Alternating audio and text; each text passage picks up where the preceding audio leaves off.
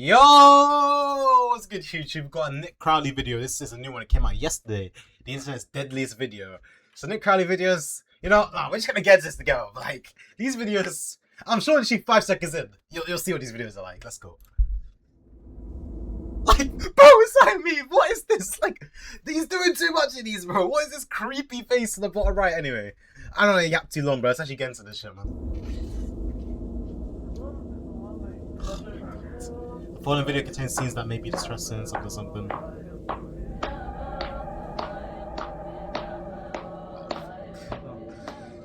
It appeared to... What have I got myself into, chat? This reminds me, literally just before this, I was writing like an essay on Afghanistan and their constraints to development. I don't know, these look like they could be from Afghanistan, so... totally innocent. In a small room somewhere in the Kohistan region of Pakistan, 4 women sat on the floor, each clapping their hands and singing a traditional Kohistani song.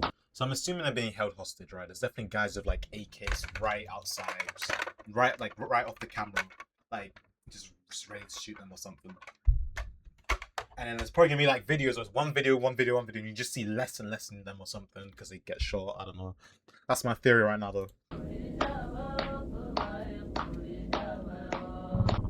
With them were 2 men, one seen dancing beside them, and another seen recording the moment on a grainy video taken on his old cell phone. Okay. The footage I assume they're being like trafficked. captured the they're being trafficked 100%. impromptu after party of a wedding that the women and men had separately attended earlier that day, an event that transpired sometime in May 2010.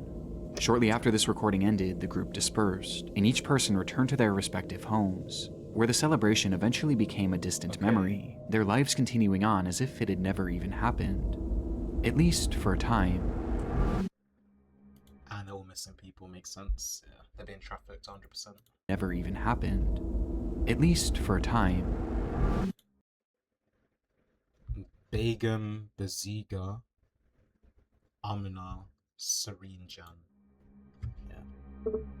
Approximately 2 years later, the whereabouts and safety of every individual shown in this video would be called into question, following a Even they're missing. disturbing admission from a Kohistani local. An admission that began a multi-long year search for answers to a conspiracy that If you don't understand what these videos are like, yeah, then, on my old channel, I uploaded, let's do a little promo on my Full Metal, which I need to actually upload on again but I've just been slacking because I'm trying to make an actual good YouTube video for that, and I've been a bit too lazy recently, plus like a bit sad and depressed and stuff, so I've been slacking. But the last Nick Crowley video I posted on here, bro, is down here, Goosebumps. The Avi Loop situation is terrifying. This is a month ago, damn. He's actually uploading again. Like this, I can yap, but like whatever, you get the point. Bruh, it's crazy. I love this thumbnail. We need to make a thumbnail like this for this video. Oh my god, don't do that. traced back to the very moment this recording began. A moment that may have ultimately sealed the fate of 9 individuals in what has since become known as the 2012 Kohistan video incident. Imagine how much crazy stuff is. Like, again, he's doing too much. Anyway, imagine how much crazy stuff just on the internet that you don't even know. Like you see some of these TikTok lives just look weird. Like that person could literally be being held hostage or something. Again, doing too much. Like, what's all this about? This was not necessary. Nick, bro. Like, that was necessary, bro. This is not necessary either.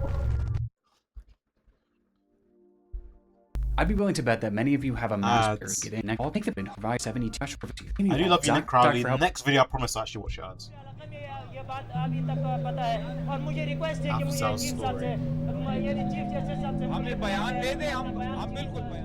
On June 4th, 2012, a press conference was held in the city of Abbottabad, Pakistan. The speaker, a man named Afzal Kohistani, made the Okay, I want to wear a cap. Give me a second. Oh, but I can't be outside to my YouTube video, so I'm just going to let it play. long trek from his home in Kohistan, high in the mountains, to spread the word of a horrific incident that had occurred in the previous days. And he didn't just have a story to tell, but he also had a video to share. I have aura, chat. I have aura. I feel like I have aura like this. Chill, bro. I'm being too unserious, bro. This is actually dark. It's actually looking. Oh, but he also had a video to share.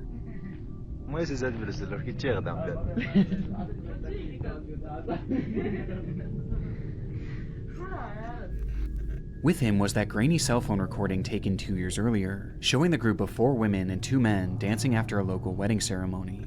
And while the footage itself was far from alarming, It was the context that Afzal gave it that would eventually capture the world's attention, as according to the man, each of the women shown within this video had suffered a terrible fate, and it was all due to the existence of the footage itself.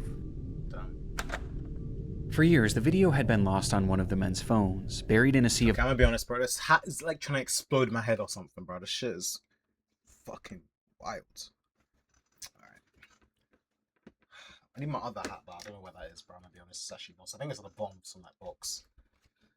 other media and destined to be seen only by his eyes. But fate had different plans, as for unknown reasons, in May of 2012, that footage leaked online. There it went unnoticed by most of the world, as in all honesty, the video itself just isn't that interesting. But in Kohistan, where it was filmed, it went completely viral. It was shared from villager to villager until practically the entire region had seen it, with it becoming a point of discussion for most. As for locals of that area, this video was far from normal. In fact, for many, it actually depicted evidence of a crime. Trafficking? Kohistan is a region bound by its traditions. For centuries, they've tried to preserve their culture and way of life. So much so that any breaches of said traditions are taken so seriously that they're viewed as legal matters. And in this footage, the women could be seen breaking several of them. For starters, women in Kohistan are not allowed to congregate with men from outside of their families. Doing so is blatantly illegal, and in this video, the women and men have no relation. On top of that, they're also from different villages, which is another infraction.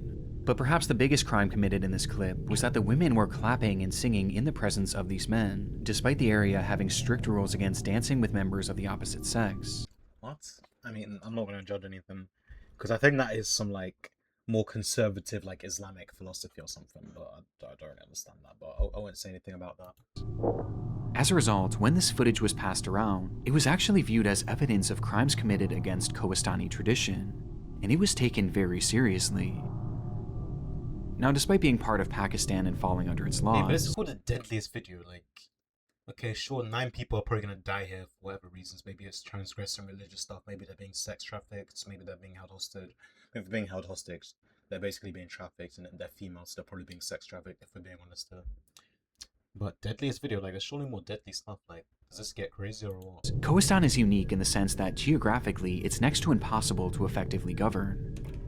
It's nestled in the intersection of 3 major mountain ranges, making accessing it very difficult, and enforcing the country's laws next to impossible, as the area practically lives in its own isolation. Instead, the region is composed of largely self-governing villages, who have their own sets of rules that they play by, and when a crime is alleged, they'll hold something called a jirga, which is essentially a tribal council comprised of village elders, who determine if the party or parties are guilty, and what their punishment should be. And oftentimes, these punishments will be most harsh when the crimes committed go against their tradition. And this video allegedly did just that. And so, soon after its release, a jirga was held, and discussions about what should be done to these women began. The story that Afzal was sharing so far was one that wouldn't have been shocking to many. Okay, but let's say they just get killed because it's against the law or not. Why were they in that situation in the first place? Because the fact it's recorded and it's like in this weird like fashion. Like, again, I feel like it links back to trafficking or something. As this had just become protocol for villages like Kohistan. But what was shocking was the punishment that these women allegedly received. According to Afzal, once the footage was made public, all 4 of the women shown within the video, along with one other girl who wasn't pictured but had allegedly helped coordinate this gathering, had been rounded up and thrown inside a small room about the size of a closet that served as a makeshift prison. And inside, each day was misery. Every morning, the door would be opened and each woman would be doused with boiling water, causing their skin to bubble and blister. At night, the door would open again, and this time, the women would be covered in burning hot embers and coal from the day's fire. They were tortured in unimaginable ways, until finally, on May 30th, 2012, when at 2 in the morning, the jirga gave the final verdict that all of the women should be executed. The door opened one final time that morning at 2 a.m., and one by one, the women were woken up, restrained, and their throats were cut. What the fuck? Like, I just want to know what treatment did they give to like murderers or rapists in like this country? Because actually, no, this is in Pakistan, right? This is like a separate place in Pakistan. I don't want to say this country, but in this area, what punishment did they give for like rapists and like murderers? Because If you're doing this shit for some women who are just clapping and whatnot, I get it, it goes against your culture, that's fine. And like, I understand that to an extent because we, like, in places they punish like LGBTQ stuff. In this country, in which I was doing revision yesterday, in 1987, the Conservative Party literally made it illegal to teach LGBTQ in a positive light in schools in Section 28 of the Constitution. Bang! Looking at the same revision right now. But yeah, like they just do that because of these religious conservative ideas and whatnot. I understand punishing them, maybe not liking it, but to torture them like that in some tiny room and then kill them, like, you've at least got to be doing like 20x worse to like people who actually do horrible stuff, you know? And like this was even like LGBTQ stuff, where they were clapping and like dancing with a man. Okay?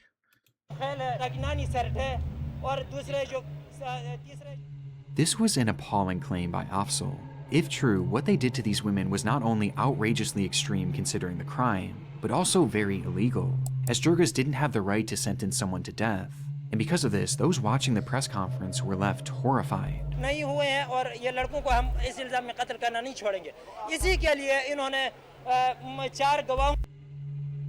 Honor killings aren't necessarily a new thing in Pakistan.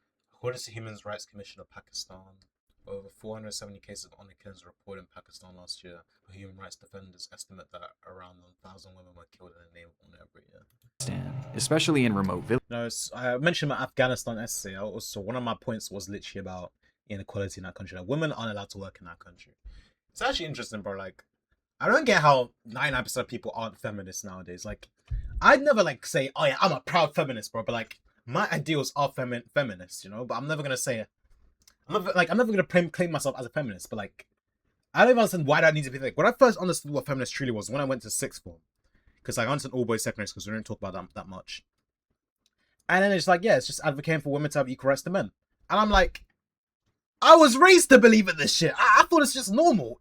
In the big 21st century, the big 2020, like the big 2010s, I thought it was normal for you to want women and men to have equal rights. I didn't think there needs to be a whole movement about that.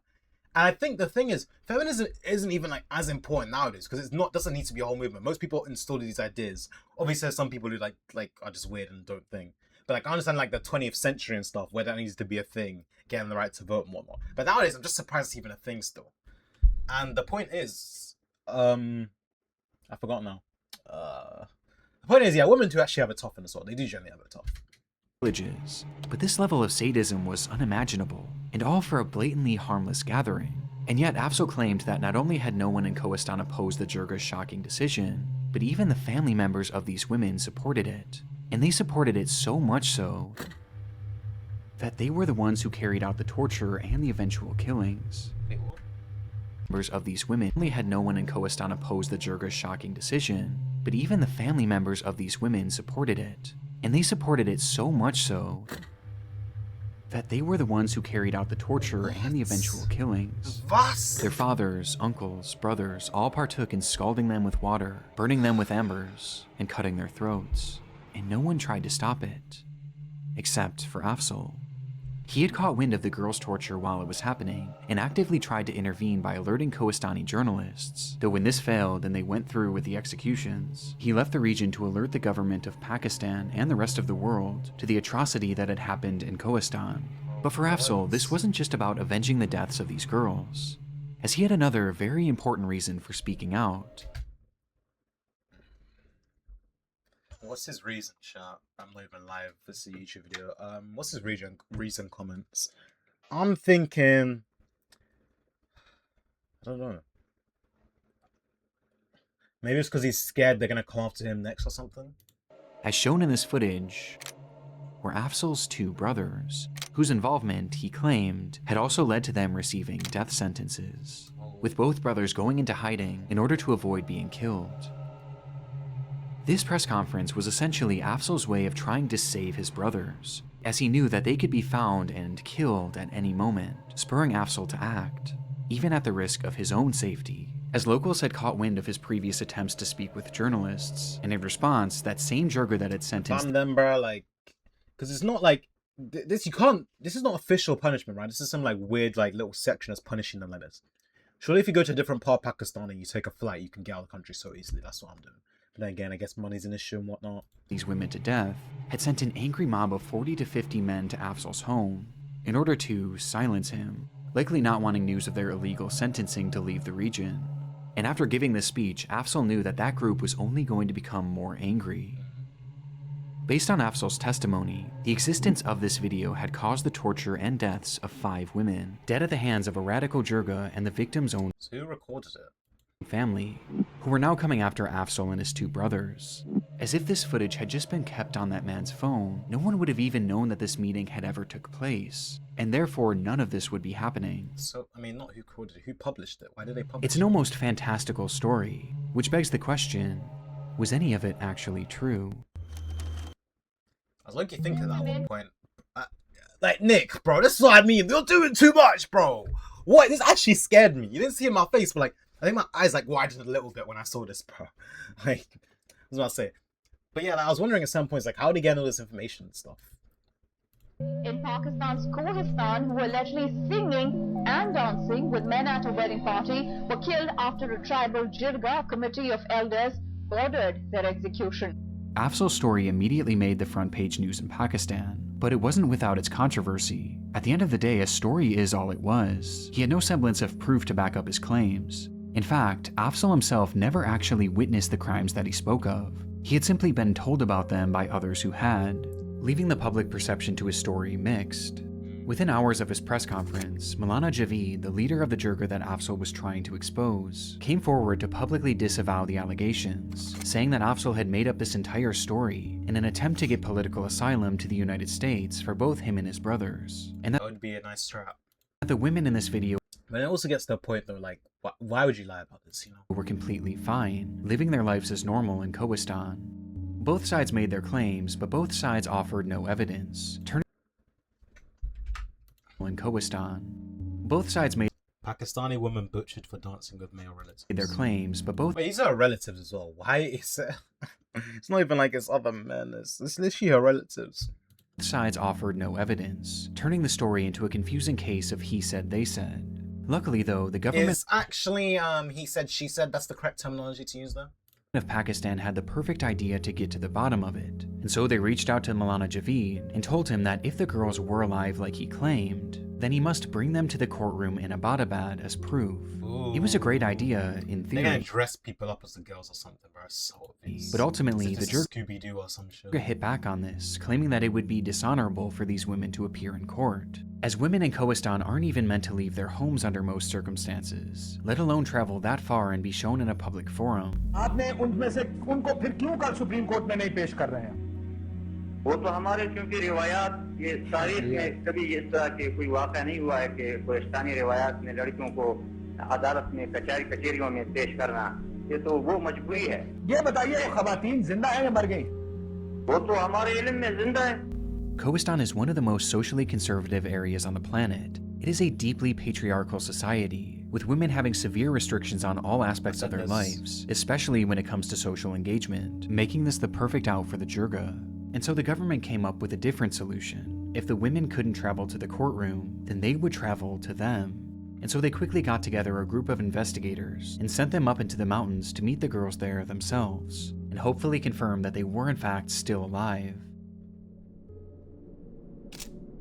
On June 6, 2012, a helicopter carrying this newly formed investigative team landed in the village of Gadar, where the Bro, women they live in actual slums, bro. These are like mud huts. resided, though they quickly realized that something was wrong. The village was practically deserted, and when they asked one of the few remaining locals where everyone was, they were told that most villagers had left the area due to the seasonal weather, including the women they were looking for, who lived spread out and even higher into the mountains. And to find just 2 of them would require a grueling 4-hour hike. Bro, they are trying to fucking hide the truth so much. It was certainly suspicious to some degree, but nevertheless, the team proceeded on that long walk until they happened upon the first woman, Amina.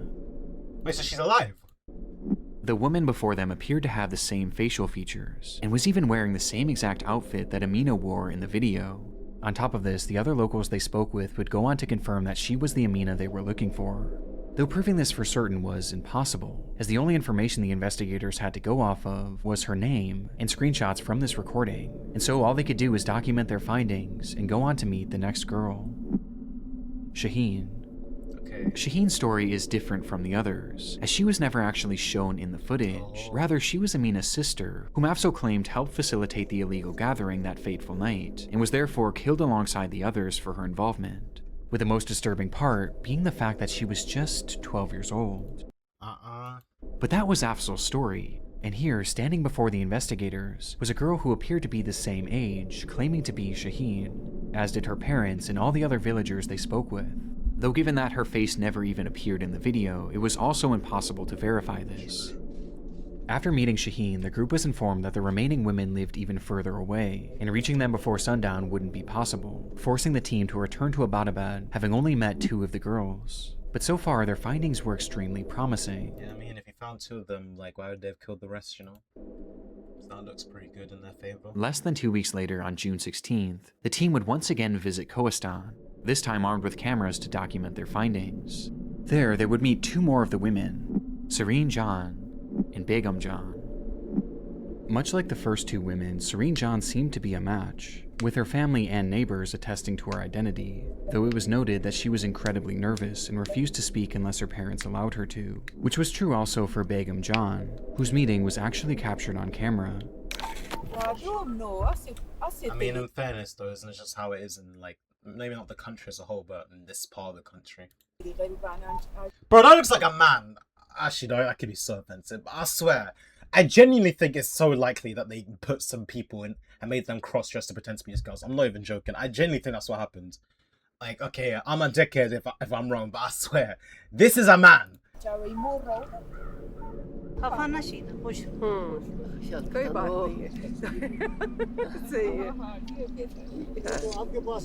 that's a man, I'm telling you.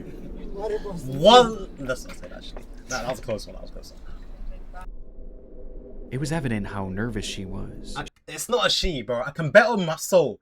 Like, bro, God strike me down if I am wrong. But on God, this is a man. This is a dude, bro. On my soul. She could hardly even force a smile and didn't speak a single word. They 100% have a But penis, despite bro. this, They 100% everyone have a reassured the penis. investigators that this was Begum Jan, and given how isolated the lives of Kohistani women are, perhaps her nerves were understandable.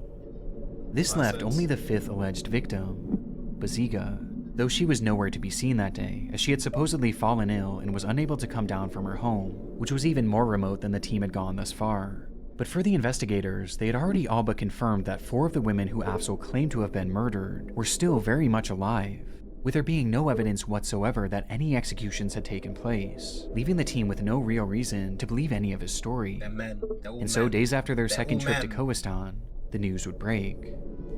Human rights activist Farzana Bari, who is accompanying the team sent to bring the Kohistani girls to the Supreme Court, says there is evidence that all the girls are alive. The Kohistan video case was closed. It was a swift end to such an alarming story, as after just a few weeks, in the eyes of the public and the government, the stories told about this video were deemed to be lies, and Afzal was the liar. But Why not would he everyone lie? was so quick to Why would agree he with this lie? conclusion.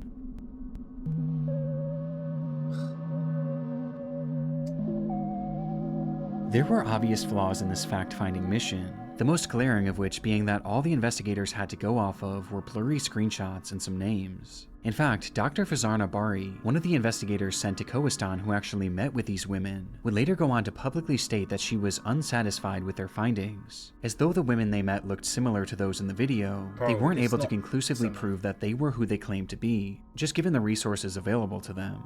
But if these weren't the women in question, then who were they? Why were they pretending to be them? It's not a And why woman, was the it's entire a village man! lying about it? Well, And this again, led the conspiracy like, Nick, bro, just doing too much as per usual. What is this about? theory that the women the investigators met with were merely actors, Yes, they're imposters, coerced into bro. pretending to be They're these imposters women as and they're part like of a fully cover-up impostering as well. to Like they're the other sex. disprove Afzal's story. A cover-up that had to be so massive that the entire village was in on it.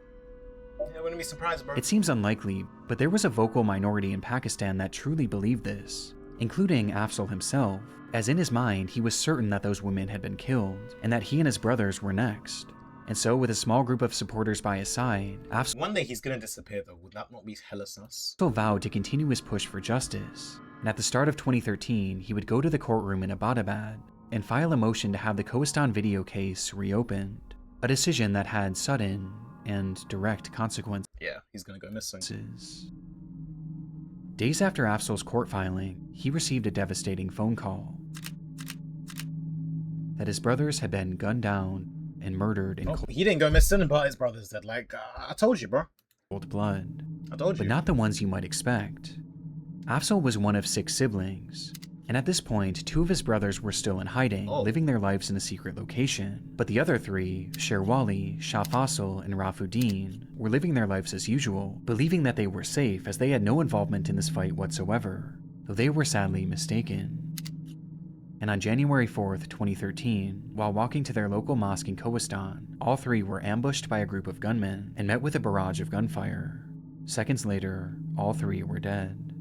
The murders were shocking, and made even more so when the culprits were revealed as members of the slain woman's family, as well as the jirga that had called for their execution. And their motive was simple. This was revenge against Afzal for sharing his story, and for filing that application just days prior. They told him not to. I mean, they're basically sending a message saying, you fuck off now, where's your next? If the group's message wasn't clear enough, they would then surround Afzal's home and fire over 1,000 bullets into the structure. Fucking hell. Luckily, Afzal had already moved to a secret location out of fear of this very moment, but the incident left him forever shaken and forever devastated. As in trying to save 2 of his brothers, his fight had now cost him 3. But there was at least one minuscule silver lining, with that being that the jirga and the woman's family had now proven themselves to be murderous. But this didn't necessarily prove that they were actually the ones who killed these women. That was still just a theory, and a far-out theory at that. I mean, in the eyes of the Pakistan government, these women couldn't have been killed, as their investigators had literally met face-to-face with 4 of them. This was the main challenge that Reuters journalist Catherine Harold ran into after picking up the case. She had been reporting on Pakistani honor killings around the time of Afzal's press conference, and found his story to be believable based on her research into treatment of women in that region. But for his story to be true, then she knew that meant that the women presented to the investigative team couldn't have been who they claimed to be. And so she took an image of Begum John, the woman who looked particularly nervous during the investigation, and Begum's official government ID Bro, they don't even look similar, bro. Like, how are you falling for this? This is a man. Sent them both off to Digital Barrier. Bro, what shitty detective work. I'd be better at this, bro. A company specializing in facial recognition technology. I'd and asked actually them be to better at compare this, the man. images and determine if these 2 women were actually the same No, person. they're not. The comparison came back at just 17%. Or in other words, they weren't a match. This means that by all likelihood, this woman, the woman shown to the government as proof that Begum John was alive, and who the entire still think village it's a man, by the identified as Begum John, was in fact an imposter. As an imposter. It's a revelation among that us. shifted the entire case. Suddenly, this once far-off conspiracy theory was proven to be at least partially true. And if someone had been impersonating Begum John, then it was more than possible that the same had been done with all the other women. And just like that, the Kohistan video conspiracy was in full effect. The government of Pakistan, however, wasn't convinced by the findings. In their minds, they had already investigated these claims, and they had little interest in reopening the case. But Afzal persisted, and he continued doing anything he could to get this case a wider audience, and force the government to reinvestigate. He did interviews on TV, filed motions in court, and even ran for office in Kohistan. But no matter how hard he putting a tried, tug on his hardly back. any progress was made. I'm telling you, he's getting until shot on it eventually, these days, bro. years began to pass. He's getting shot on it these days. The agony of waiting was hell for Afzal. Despite some of the women's family members being thrown in prison for the murder of his brothers, many were still walking free, and as were all the members of that original jirga, meaning that every day represented new risks to Afzal's life, He's getting new shot risks these to his days. brothers' lives, and He new has to get risks to shot the soon. lives of the women in Kohistan. Since the alleged executions of those 5 women, Afzal and his supporters had discovered evidence of over 50 other honor killings that had taken place in that small village over the course of just 2 It's years. honestly so ironic they're called honor killings. Like, bro. Shockingly high number of people considering how few people actually lived in that village, with these honor killings being described as common as the common cold. Every household was being affected by them, but no one dared speak about it. They were all too afraid. The jirga held all the power, and speaking out against them would be breaching the tradition that they hold so dearly. And as a result, despite all the other killings, Afzal was still really the only one from the region that had been talking with the press, and this was finally about to pay off. In 2016, Afzal was featured on a Vice documentary that highlighted his story as well as the treatment of women in Kohistan at the hands of this bloodthirsty Jirga. I've tried to do everything to avenge my brother's deaths, but I'm not in a position to do much. I just want them to get punished. Future generations should not have to suffer like this. It was an extremely compelling video, showing us just how much Afzal's life had been derailed by the whole situation, as he was forced to live alone in hiding, separate from his family, including his children, wife, and 2 surviving brothers, who themselves were also living in hiding, in conditions that they described as being miserable. The story was about as harrowing as it gets, and as soon as the video released, hundreds of thousands of people would watch it, thrusting the Kohistan video case into a worldwide spotlight. And with so many eyes now on the case, and with so many people now calling for the Pakistan government to reinvestigate, they would finally relent. Boom. That same year, in November of 2016, the government called on that Jirga once more to bring these women to Abbottabad and show them in their courtroom so they could personally verify They're gonna that bring they a were still different man alive. this time, bro. And this time, they outright demanded it. Failure to comply would essentially be seen as an admission to these murders. There was no getting around it this time, and so that month, a group of 5 women and their families were all brought down from Kohistan, and one by one led into the courtroom, with the hope of bringing this case to an end, once and for all. Revelation. To protect the women's honor, no photos or videos were allowed in the courtroom, Fuck, man. meaning all we know about what happened inside comes from officials' descriptions afterwards. Okay. The first thing noted was the conduct of these women. The girls produced were observed to be extremely nervous and frightened. They were hardly able to respond to queries. They had incompatible reflexes and face expressions. In response to most of the queries, it was commonly observed that they were supplied with words from elders, especially about their ages and husbands.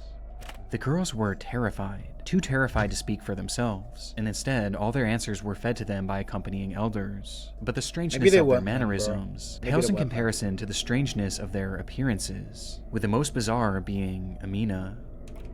By appearance, she was about 15 years old. Reportedly, the video was shot back in the year 2010, and it surfaced on the internet in 2012. If we subtract 6 years from Amina's age, her age at the time of the video shooting would be between 8 years or 9 years, whereas the women visible in the video looked to be aged between 20 years or 22 years, back in the year 2010. The girl that they brought to court claiming to be Amina was just a child, and based on her appearance, she would have been as young as 8 years old in the video, Bro, making a child which do this clearly shit isn't is the case. insane. I mean, these are fully grown women, and the same was true for Serene John. By appearance, she was not more than 16 years or 17 years of age, meaning she would have been aged 9 years or 10 years in 2010. Along with this, neither she nor her father was able to tell her birthday or her age. These girls were clearly not the women from the video. They were just acting. And while these seemed to be feeble attempts, there were other aspects that made it obvious just how desperate this Jirga was to try and pass these girls off as real, with the most upsetting coming from the girl who claimed to be Amina. Now, Amina actually had her fingerprints on file with the Pakistani government already, and so naturally they went to collect this girl's fingerprints in order to compare them. But when they attempted to do so, they came back blank, which is when the officials noticed that the tips of her fingers had been burnt off. And it wasn't just her thumbs. I was literally about to say that. Every single finger had the tips of them scorched off. I was about to say that, bro. On the spot, all 5 girls brought into that courtroom were determined to be imposters, victims themselves who were forced into pretending that they were the women seen in this footage. And considering the Jirga's desperation and the lengths they went through to now twice try and pass off different women as those from the video, it was clear that something awful had happened to the actual women. I'm not gonna lie, I still think that one woman from before was a man. I genuinely think it was. Something that they didn't want to ever get out. And with that, almost universally, the world fell into agreement that Afzal had been telling the truth all along. But any celebration from Afzal would have been short-lived. It was his turn. Months later, a fire erupted in a small home in Gadar, the village where all of the women once resided. And inside that home, 2 women and 3 children were trapped and would tragically burn to death. Besides family and kids. It was an awful tragedy, but according to the local Jirga, if that's his family and kids, by the way, I was gonna say before as well, like they should be in hiding as well. I don't know why the fuck they're not in hiding, but I didn't say anything. It wasn't an accident, as in its aftermath, they alleged that Afzal was the one responsible, claiming that he had started the fire in retaliation. This claim was complete hearsay, and there was no evidence whatsoever linking Afzal to the blaze. In fact, he wasn't living anywhere near the area at the time, But nevertheless, Afzal would be arrested for the murders of 5 people. Oh my god. It's a gut-wrenching development, and follows the trend of horrible misfortunes that Afzal suffered in trying to blow the whistle on this crime. But as his sentence commenced, the Kohistan video case continued making its way through the legal system, until July of 2018, when the news came in. It was officially determined that Serene Jan, Begum Jan, and Baziga had all in fact been tortured and murdered by their families on order from the Jirga, with the confirmation coming as a result of confessions made from their own family members. And the entire time, the village had been working together to conceal. This is all for fucking clapping and dancing with their male relatives. Oh my god. Truth, and what was described as a massive, coordinated conspiracy to cover up their crimes. Now bizarrely, this revelation stated that the other 2 girls were actually still alive, as they weren't mentioned in any of the confessions. However, given what unfolded in court, this is universally doubted to this day, as most are in agreement that every woman shown in this video was in fact murdered 2 years after its recording, just as Afzal had claimed. It's unlike any story I can remember hearing. One video, one wholesome, lighthearted video for that matter, is responsible for 8 murders, as not only were these 5 women killed because of it, but Afzal's 3 brothers were killed as a result of him sharing it with the world, making it perhaps the deadliest video I've ever come across. But as suggested earlier, this footage isn't considered responsible for the deaths of 8 people, it's considered responsible for the deaths of 9. 9? The confessions in 2018 didn't lead to any immediate convictions, but it was at least proof in the eyes of the public that these murders took place, and this was followed by Afzal finally being released from prison in early 2019, a full year and a half after he was unjustly arrested.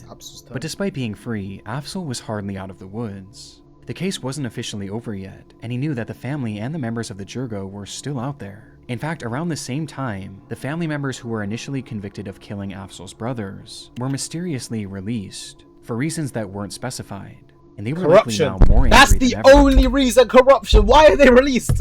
Why are they back on the streets, bro? They got some Jirga guys in the fucking court being like, just like, oh yeah, good behavior out, bro. Oh my god. Corruption is the only answer. And so after being released from prison, Afzal went to a local police station to request police protection, something that the court had already granted him. But in response, the officers said no. Why would you say no? He is a dead man now because of you. Like, he's a dead man because of you now. Like, there's no ifs, ands, and buts. No, he's a dead man because you, for some reason, want to protect him. And when he tried pressing the matter, Afzal claims that the officers became so enraged that they dragged him inside a small room and beat him. Oh my god, corruption! Between Afzal being arrested and now this, god. it almost felt as though the government and the police were now against him, which could be due to the fact that Afzal had been very public with how inadequate and downright abusive the police had been towards him.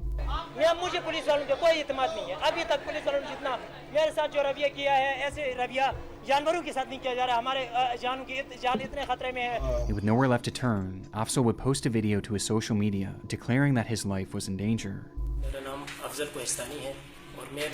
You think it's gonna be a plot twist and he kills himself rather than dying? I think he's probably just gonna die, like normally, but you get them guys coming after him, but... यही police की जिद में मैं जलील हो रहा हूँ एक जवान था उसने ऐसी हालत मेरी की है कि और बहुत सबसे उठ के मुझे मारा है उसने जिसके साथ करे मेरे खिलाफ करे या किसी और के खिलाफ करे मैं इसने नाइंसाफी के खिलाफ चाहे मेरे खिलाफ कुछ भी करे.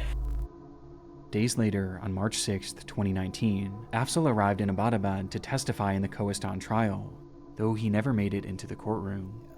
As he sat in the back of an unmarked truck waiting to enter, suddenly, the vehicle was struck by multiple bullets. Paramedics would open the door minutes later, only to find Afzal laying in a pool of blood.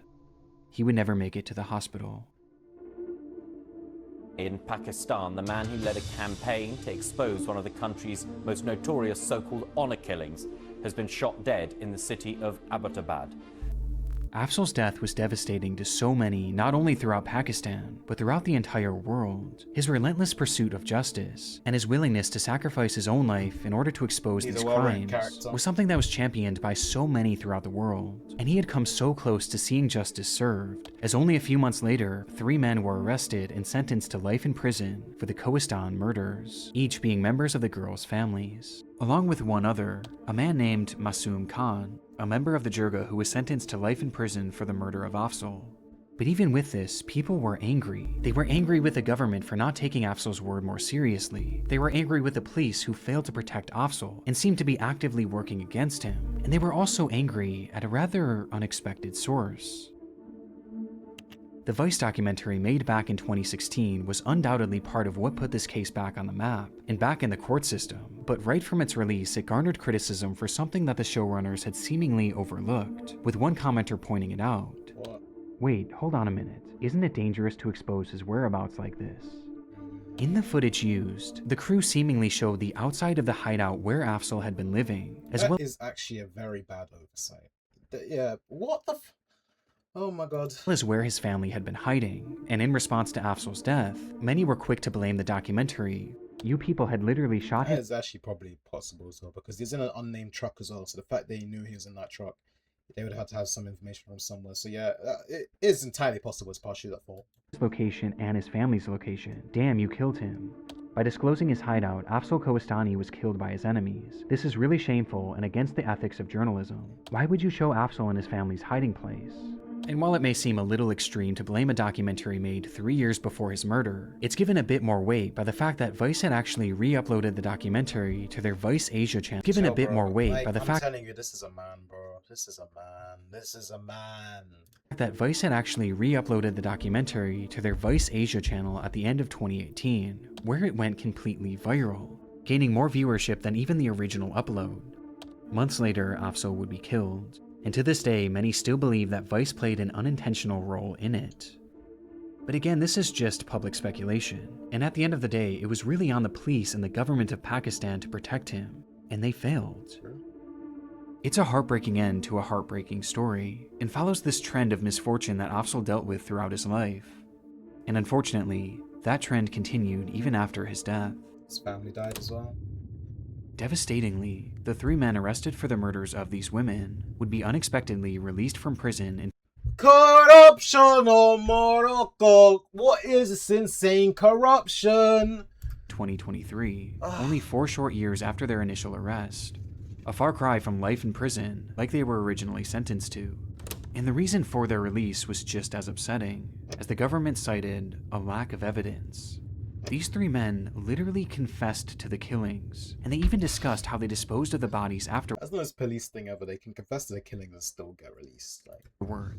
And yet there suddenly wasn't enough evidence to keep them in prison, despite them already being convicted. Meaning that after all of the death in this video, the murders of Afzal's brothers, the murders of these 5 women, and the murder of Afzal himself, only 1 man is currently in prison.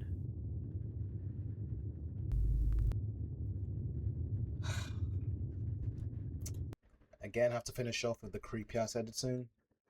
What a fucking, I don't even know how to describe what I've just watched, genuinely.